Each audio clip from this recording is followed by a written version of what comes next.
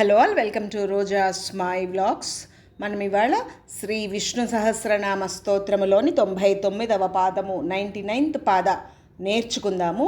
ఉత్తారణ దుష్కృతి పుణ్య దుస్వప్ననాశన వీర రక్షణ సంత జీవన పర్యవస్థిత. ఉత్తారణ ఉద్ధరించువాడు, తరింపజేయువాడనమాట. ఎవరిని? భక్తులను సంసార సాగరము నుండి ఉద్ధరించేవాడు కాబట్టి ఉత్తారణ అని అంటారు. దుష్కృతి భక్తుల పాపాలను హరించువాడు లేదా పాపాత్ములను నశింపజేయువాడు. పుణ్య తనను స్మరించి ఆరాధించే వాళ్లకు పుణ్యప్రదుడు లేదా శృతి స్మృతి రూపాలలో తన వాక్కులచే అందరికీ కూడా పుణ్యాన్ని అంటే ధర్మాన్ని ప్రబోధించువాడు. శృతి స్మృతి రూపాలలో ధర్మాన్ని అందరికీ నేర్పిస్తున్నాడన్నమాట. మనం చూసాం కదా, ఊర్జిత శాసన అంటే శృతులు స్మృతుల రూపములో గొప్పవైన శాసనాలు చేయువాడు అని చూసాము. ఈ శృతులు స్మృతులు అంటే ఏమిటి? వీటి ద్వారా ధర్మాన్ని ఎలా ప్రబోధిస్తున్నాడు పరమాత్మ? శృతులు అంటే ఏంటంటే వాట్ ఈస్ హర్డ్. ఇందులో 4 వేదాల సారము, 4 వేదాలు ఇందులోనే ఉంటాయి. ఉపనిషత్తులు కూడా ఇందులోనే ఉంటాయి.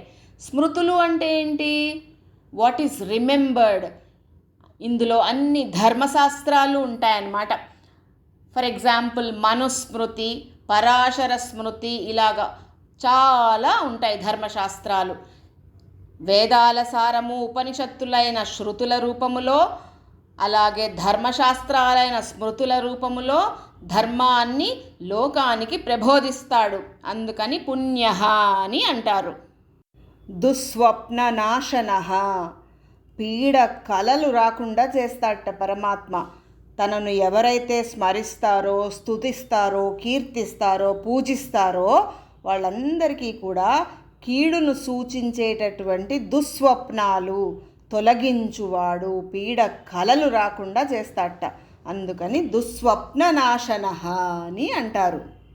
వీర ముక్తి ప్రదానము ద్వారా జీవులను నానా జన్మలు ఎత్తవలసిన దుర్గతి నుండి కాపాడువాడు. అంటే ఏమిటి? మోక్షాన్ని ప్రసాదించేవాడు. అందరికీ దొరుకుతుందా మోక్షము? చాలా కష్టం. కొంతమందికైనా ముక్తి దొరుకుతోంది కదా, అందుకని వీరహ అని అంటారు. రక్షణ రక్షించువాడు.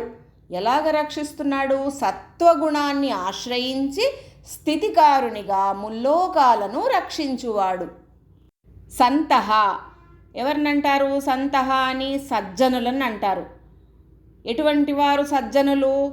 సన్మార్గంలో వెళ్ళేవారికి అంటే మంచి మార్గంలో వెళ్ళేవారిని సజ్జనులు అని అంటారు. సజ్జనుల రూపములో ఉన్నవాడు భగవంతుడు. సజ్జనుల రూపములో సన్మార్గులుగా ఆవిర్భవించి ఆధ్యాత్మిక చింతనని, సన్మార్గాన్ని లోకులకు కలిగిస్తాడు. అందుకని సంతః అని అంటారు. జీవన జీవింపచేయువాడు.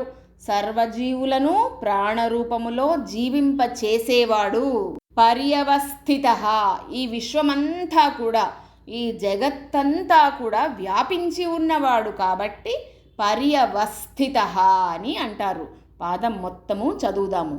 ఉత్తారణో దుష్కృతి పుణ్యో దుస్వప్ననాశన వీర రక్షణ సంతో జీవన పర్యవస్థిత. ఈ పాదాన్ని పూర్వభాద్ర నక్షత్రం 3వ పాదంలో పుట్టిన వాళ్ళు రోజు చదువుకుంటే మంచిది. రేపు 100వ పాదము నేర్చుకుందాము. Thank you for watching.